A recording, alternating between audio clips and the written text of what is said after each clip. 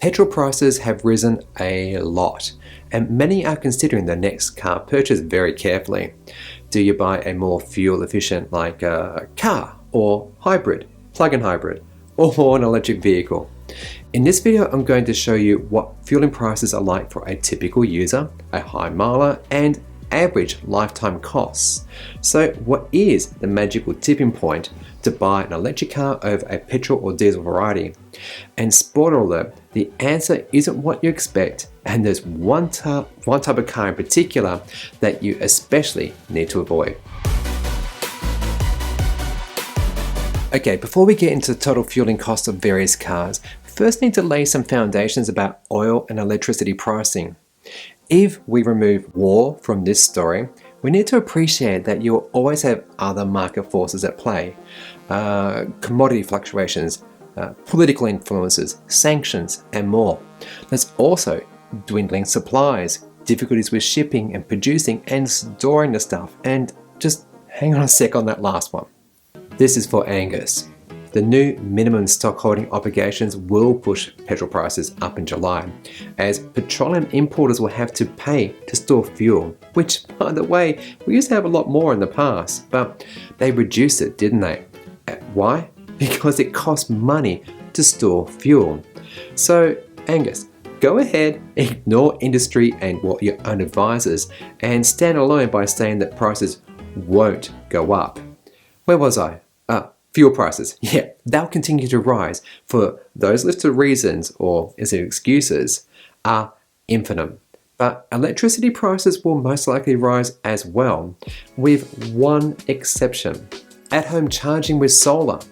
If you're fortunate enough to have solar panels at home, supplying your house with cheap or free electricity, like for instance our 4.5 kilowatt system, paid for itself in just 4 years, meaning that all energy used right now to fuel my electric vehicle is costing us nothing.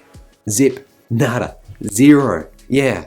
So when you see the following figures, remember this. For us, we get free fuel for about 6 months of the year.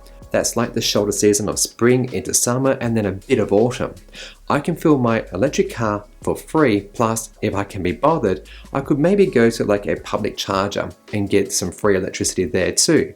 And if you have a massive solar system and perhaps a home battery as well, you could refuel for the entire year for free. But this isn't a fair fight, and not everyone has access to solar. So I've done some math and calculated fueling costs for electric cars by assuming that you have to pay 22 cents per kilowatt hour.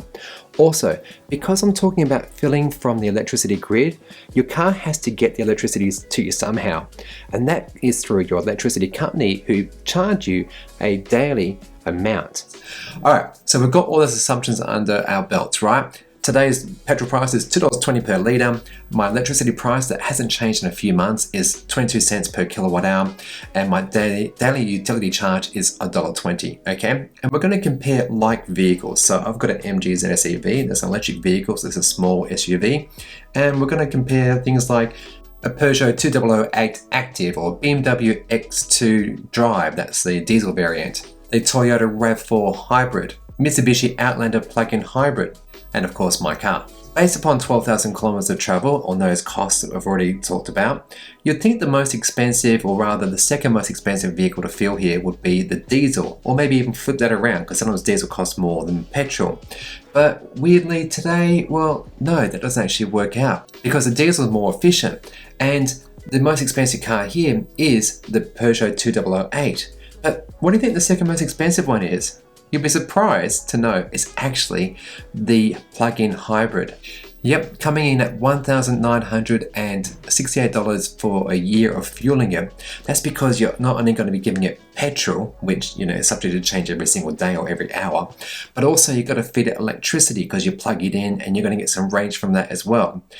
I've got to say, there's no true way to say you're definitely going to get this many kilometers from that battery before it drops over to your petrol version, because some people don't run it in that pure electric mode. Some people just let it do whatever the car wants it to do. So yeah, just remember that. But what is the cheapest car to run here? Surprise, surprise, is the MG ZS EV. coming in at $768 for the year, including the Victorian EV tax, which, by the way, I'm contesting. So if you want to find out more about that, please do follow this pop-up here somewhere, or follow the end card at the end of the video, and yeah, you can understand a bit more around that. But let's get rid of that dumb EV tax and let's compare the different prices over, let's say, a 5-year period, because that's the typical time frame that people actually keep cars for, at least. Here's a comparison table over 5 years using the typical 12,000 kilometers per year that most Australians travel. That is like 40 kilometers per day, folks.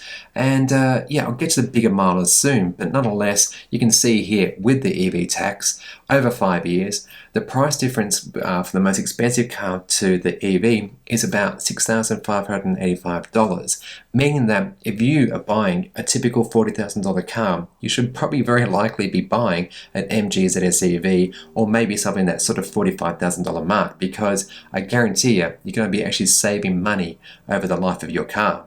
And by removing that stupid tax, it's going to get even better. Now we're up to $8,000, meaning that you should probably go for like a $50,000 car, knowing that you're going to get the benefit through the lower fueling costs of your electric vehicle. But I do know there's viewers out there who might have to travel in their car for work, or they just do a lot of travel and they love going in cars. So for you guys, let's do a bit of a calculation now at 25,000 kilometers. And first up, one thing's becoming already apparent. Notice how the price of running an electric vehicle from the grid, no solar power, no battery, is actually about 1/4 the cost of filling a car. Yeah, and it gets better over a 5-year span, say. Now, the cost difference is $16,851.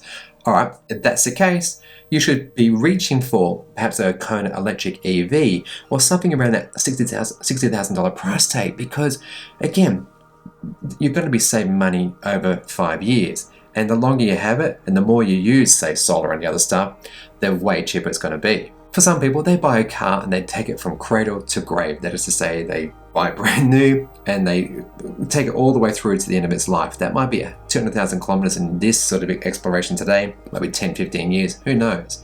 But nonetheless, the amazing figure here is that buying a petrol car, doing 200,000 kilometers based upon today's petrol prices, would cost you $34,760. It's a lot of money when you think of it over a lifetime.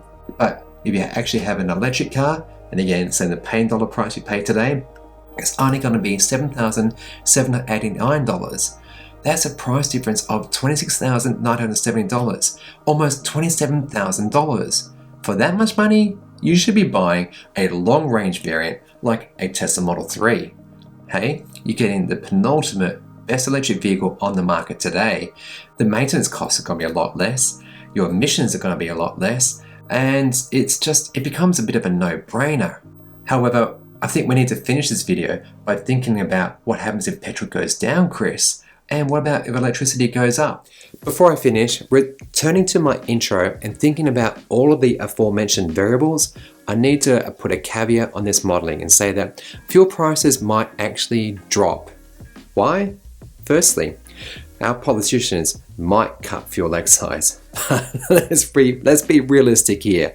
Will they? I think probably not. But even if they did, the math that I just showed you, well, it'll just be a little tiny blip over time. Well, actually it's a negative blip, but nonetheless, over 5 years, you won't even actually see it.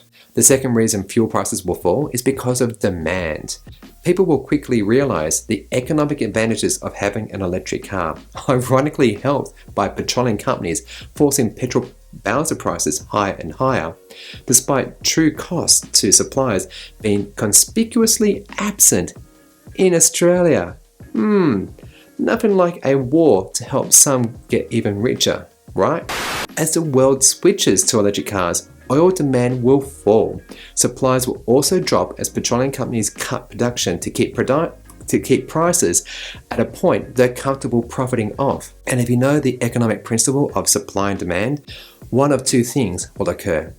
Either petrol prices will fall, but realistically they'll increase as scarcity and low demand pushes prices to something crazy high, and it then becomes liquid gold for the rich.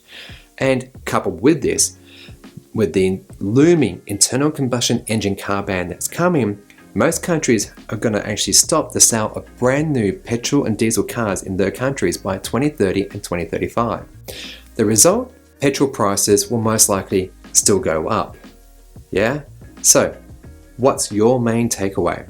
As you learned from earlier in the video, the amount of money you're willing to spend on a car, plus the number of kilometers traveled, and how long you keep that car will determine how soon you should switch to an electric vehicle. 2030 is only 8 years away, and with petrol prices tipped to continue to rise, can you afford to buy and operate it knowing that it's going to cost you a fortune to fill, and that the second-hand car market will most likely bottom out as a result? My advice is rewatch the middle portion of this video. Remember that even filling up at home or at a private charging company, it costs you 1/4 less compared to filling with petrol. And if you have the added bonus of solar at home, you can reduce that fueling cost even further. Alright, well, that will do it for today's video. I do hope it's been helpful to you. If it has, please leave me a like, perhaps leave me a subscribe. It's absolutely free. And yeah, jump on board if you want to help support the work that I'm doing. We've taken the Victorian government to the High Court of Australia. They've introduced what is arguably the world's worst tax in the world that discourages people to buy electric vehicles, and by doing so, they're not going to decarbonize our world. They're actually going to continue to pollute. They're going to affect our lungs, which has numerous effects: asthma, lung disease, premature death, you name it. It is the dumbest thing that you can possibly do, and Victorian government has done it. And as you'll soon learn, everyone in Australia, and I mean everyone, should be very interested in this court case because it has ramifications for all of us. Alright, you want to see some behind the scenes stuff, news, polls and more, join me over here on Patreon where you get all this and a lot more. And as per usual, please, you be good and you be great.